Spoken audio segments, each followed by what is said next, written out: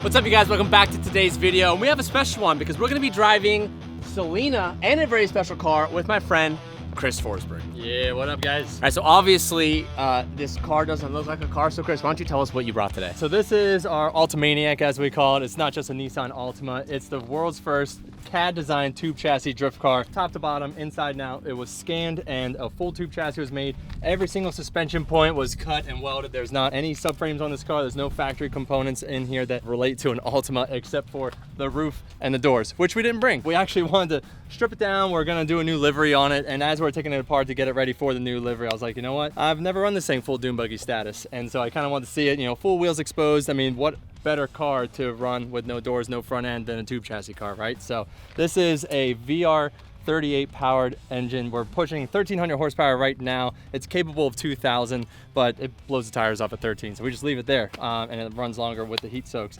We have G3770 turbos, fully built motor. The whole thing is a custom double wishbone suspension because I wanted all the suspension geometry to fit within the confines of the wheel so that it actually had like a really open engine bay. So the highlight is more so the turbos and not like a big strut tower sticking up here. So, and then when you go into the car, you can see that everything was removed. The coolest part about it is when you actually kneel down and look up and the whole roof line, the side hoops, the top spider, everything is rolled, right? It's not just bent. So this, this brow bar is rolled.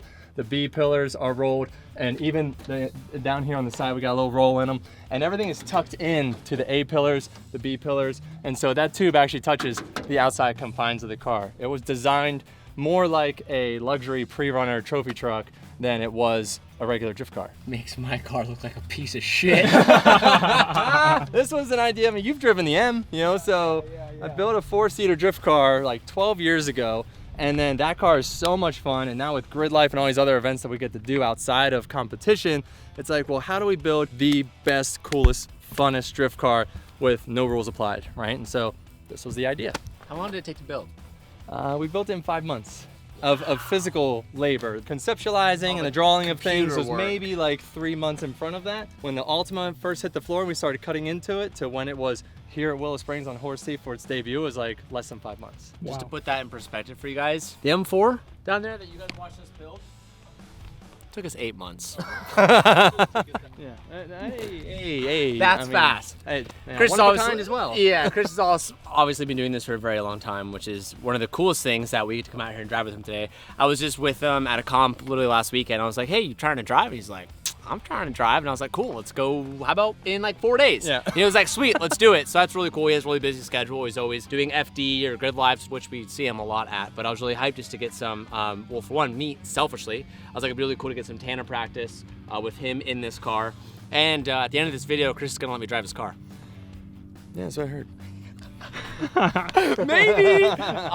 Let's go run some tandem. Yeah, so I know you said you wanted to do tandem practice. I was like, well, I got 2.5 cars at the shop that are running. One is a 240 that already smoked you last week. Sorry, wait, what?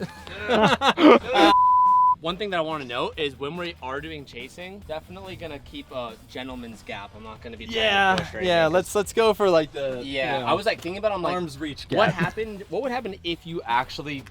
I'd be scared you'd roll up. Yeah, you'd probably drive right up that car, dude. How terrifying is that? You would literally roll up. Now this car makes a lot, so it's gonna be fun to try to keep up with you today. But I imagine it's an interesting car to chase. Like we usually run it a little loose when like Jagger's chasing me out at Grid Life. Yeah. And he can keep up in his Pro Spec car just fine. I put a little more grip into it because it felt a little loose out here. So see how it does. But I doubt it's gonna outrun you with the way it's set up. Okay. So hope so. But it is like when we go full tilt, this thing will smoke my Pro car. Really? It's hilarious. You think so? Oh, 100% because of the extra weight in the back end. Oh yeah. Like you'll see like, you know, all the cars kind of go through a Grid Life and we'll go do one pass and you just see this like just dark black marks like through the track and it's just like that's the Altima. Just yigs. Yeah. Okay. All right, we're gonna suit up and we're gonna go do some laps. By suit up, you mean put helmets on. Yes. All right, so today we're gonna be driving this oval track at Willow Springs. I really like this track. It's a fairly large oval with a slight bank. We used to do competitions here, and every once in a while there's comps here. So I'll lead the first lap, I'll show you guys the layout, and then every time we go, we'll probably switch sides just so we don't just cook one side of the tire. That way we get even tire life out of both of them.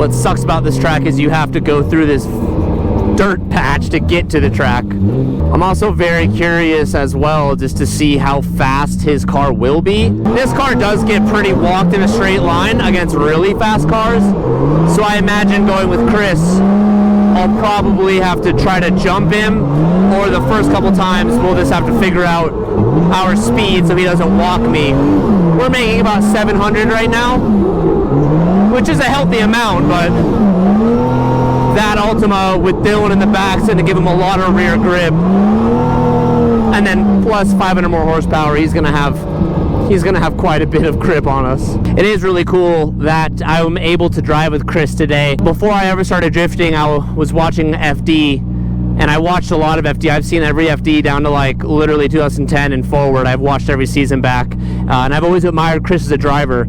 So I'm very fortunate that I am at a point now where I can text someone and ask them to come drive with me. It's really awesome, and it's a really great advantage to learn how to tandem with someone. Not learn, but just to get tandem practice with a 3-time world champion. All right, let's get our lead.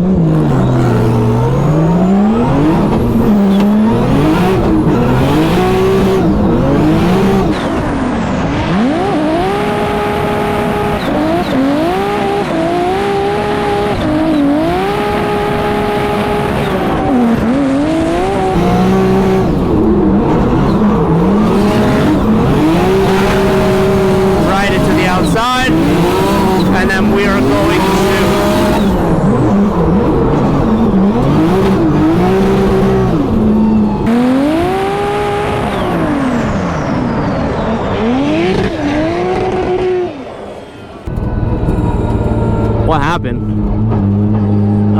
He just stopped, and they're all outside of the car. Fire! Oh fuck, we don't have an extinguisher in here, do we? Gonna pull the bottle or no? Not bad, it's just on that. Okay. That's not good. Oh, it looks like a fire. Dylan, right here. Yep. Well, safety equipment is important, boys. I see black smoke. Looks like an oil line. Looks like they got it. They're using the extinguisher. Oh boy. All right, well, maybe we spoke too soon, boys.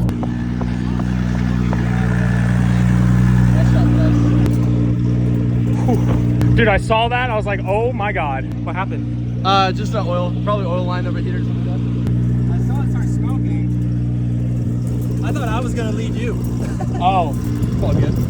All right, so while Chris fixes his car, we're gonna go do some laps just to make use of our time. If you guys watched the clips video where we made a big like spare parts list and all that shit, luckily we had the necessary spares for Chris to fix his car.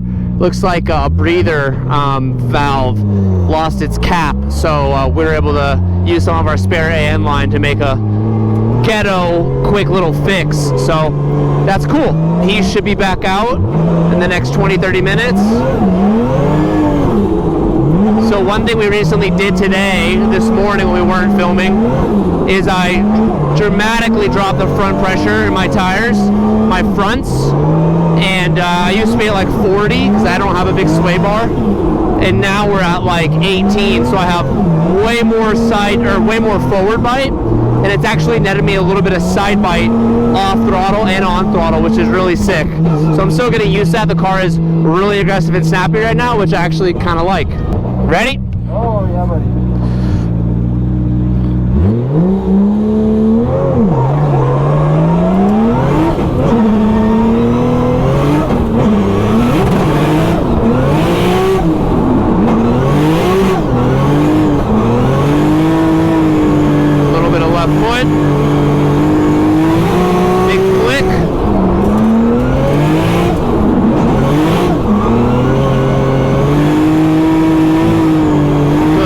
Line, and we're going to take this inside.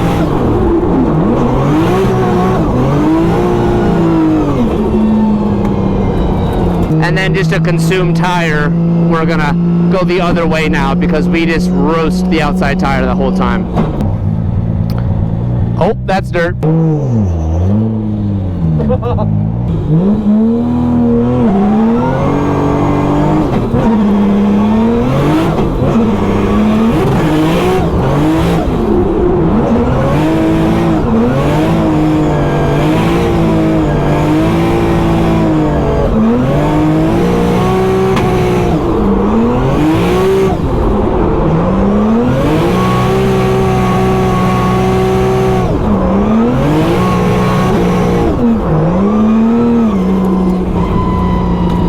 Okay, so one thing we're really trying to work on is, because this is a turbo, we have to keep the RPM up while we are holding e-brake, so that when we get back on gas, our RPM is 5,000 and up rather than 2,000, 3,000 and up. So that way it lights up quicker. So Dylan wants me to practice that a little bit. So I'm gonna go into initiation and I'm gonna do a big flick, and when I go back in, I'm gonna try to rev up the throttle while on e-brake, or maybe just heel toe a little bit, bring up RPM, and then get back on gas.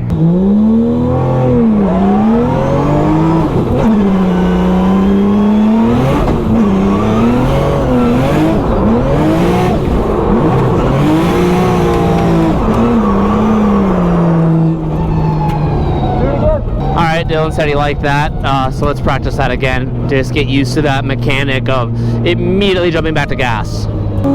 Try to get into it sooner.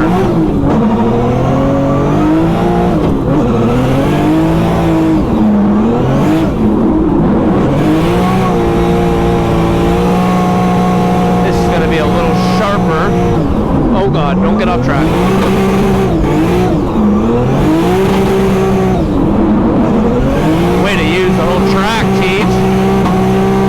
Been outside a little more there.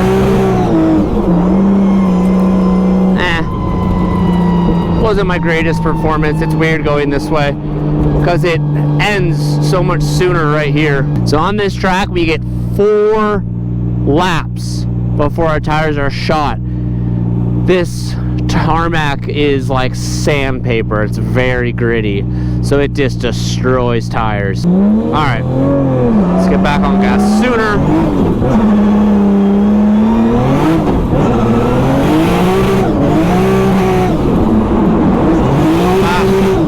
Could have had more float. I didn't like that entry.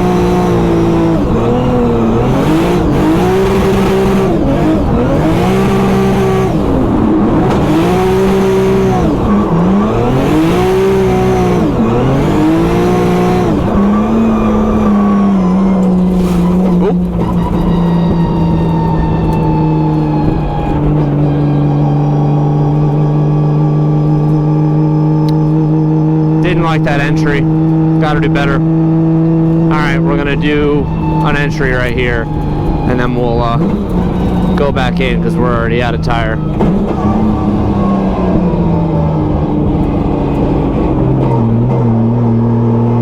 Here we go.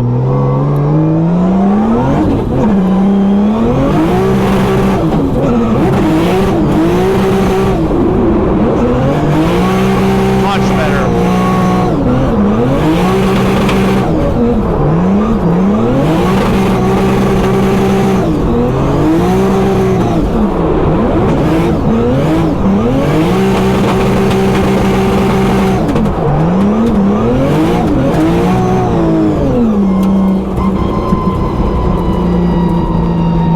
Like that. Coming out through here, we were nice and wide, consistent. I need to be better with my left foot brake to keep me up on that bank and stay on gas to go deeper rather than shooting in. On our flick here, we got nice and wide, and we really got to this outside zone. These are like our tire marks. We ran this very, very wide. All right, I jumped over to one of my favorite tracks. This is the Walt James track, oval track with walls. I just jumped over here. Let's go do a lap. There's a comp that we're doing here in a little bit, so I wanted to just run it here. I don't think our...